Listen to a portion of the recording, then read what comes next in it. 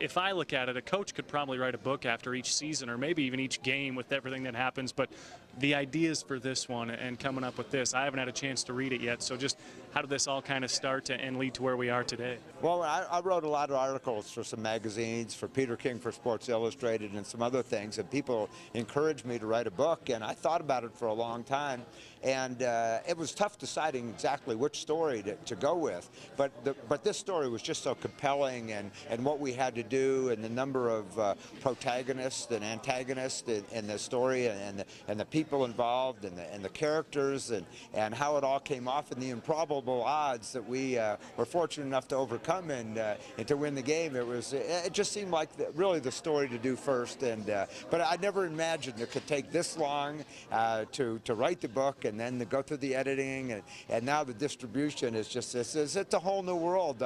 Put me on the field with 70,000 people to call the game-winning play, I'm fine. This is a whole different story.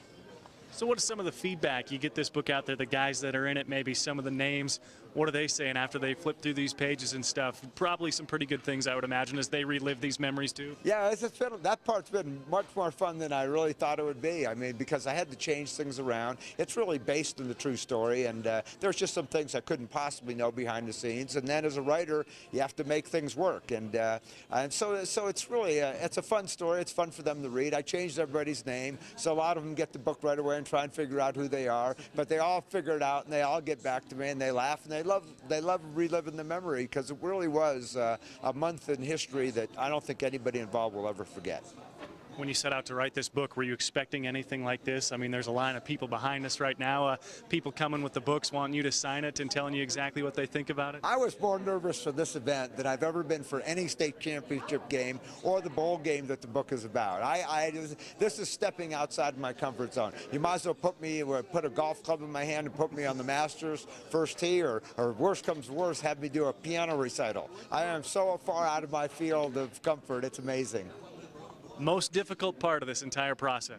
Well, I just think that it's the time that it takes to get it done. I have a whole new respect for people who do this and do this seriously for the first time. I have a lot of connections and a lot of friends that have come out, but getting this thing done and distributed nationally, and we're working on it internationally. We're working on movie segments, and I mean, it's so overwhelming. It's another lesson in life of all the things you know nothing about. And now you're stepping in, and all of a sudden it's here, and it's a lot of work. My hat's off to all the people who do this.